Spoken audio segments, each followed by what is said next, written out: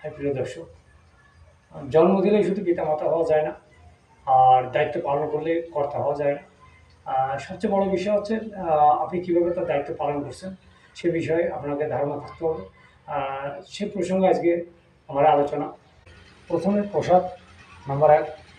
বাচ্চাদের যে সোসাইটি আপনি রাখেন না কেন সুন্দর পোশাক তাদের পরাবেন। ১০টা শিশুদের সাথে, সুন্দর শিশুদের সাথে তাদের মিশতে দেবেন। নাম্বার ২, ব্যক্তি স্বাধীনতা থাকতে হবে।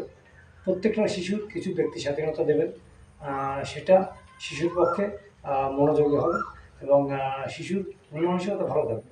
নাম্বার ৩, খাবার। পরিপূর্ণভাবে একটি বাচ্চাকে খাওয়ানোর চিন্তা করবেন।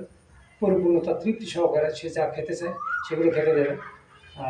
তাতে তার ভবিষ্যতে কোনো পরিচয়পূর্ণ কোনো কিছু তার মন মানসিকতায় কাজ করবে না। নাম্বার ৪, বাচ্চাদের সঙ্গে বাচ্চাদের মতো আচরণ করবেন। সে যে ধরনের মন মানসিকতা যে বাচ্চা, তার সাথে সে ধরনের আচরণ করবেন। এতে বাচ্চা সুন্দরভাবে মন দিয়ে মন মানসিকতা নিয়ে সে বেড়ে উঠবে। নাম্বার ৫, এমন কোনো আচরণ করবেন না যেটা বাচ্চার ব্রেনের সমস্যা, বাচ্চার উপর প্রচণ্ড চাপ পড়ে, এতে করে তার ভবিষ্যৎ নষ্ট হয়ে যায়। সে আপনার আচরণের কারণে তার মনে আঘাত লাগে, তার শিক্ষার লেখাপড়া তার প্রতি যাতে অরুচি না হয় এবং তার যাতে কোনো ক্ষেত্রে সে কোথাও অপূর্ণতা না থাকে সেদিকটা খেয়াল রাখবে।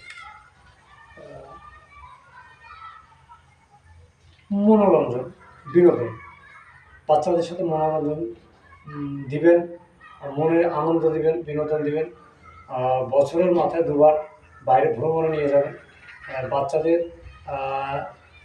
সব কিছু শিক্ষা, জ্ঞান, বুদ্ধি দেওয়ার পরে বাইরের জগৎটাকে চেনার চেষ্টা করবেন।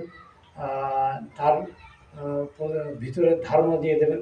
জগৎ সংসার যাকে বলা হয় সেই ধারণাটা বাচ্চাদের দেওয়ার চেষ্টা করবেন। সবচেয়ে বড় বিষয় হচ্ছে ভ্রমণ। বছরে ২বার অন্তত আপনারা বাচ্চাদের নিয়ে ভ্রমণে যাবেন।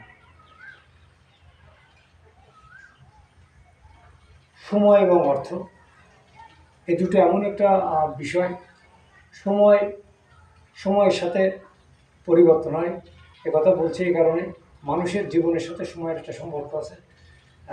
সময়ের সাথে সাথে বর্তমান, অতীত এবং ভবিষ্যৎ, এই ৩টা বিষয় তার পরিবর্তনশীল এবং সাথে যোগ হয় অর্থকে ব্যবহার করতে হয় সময়ের সাথে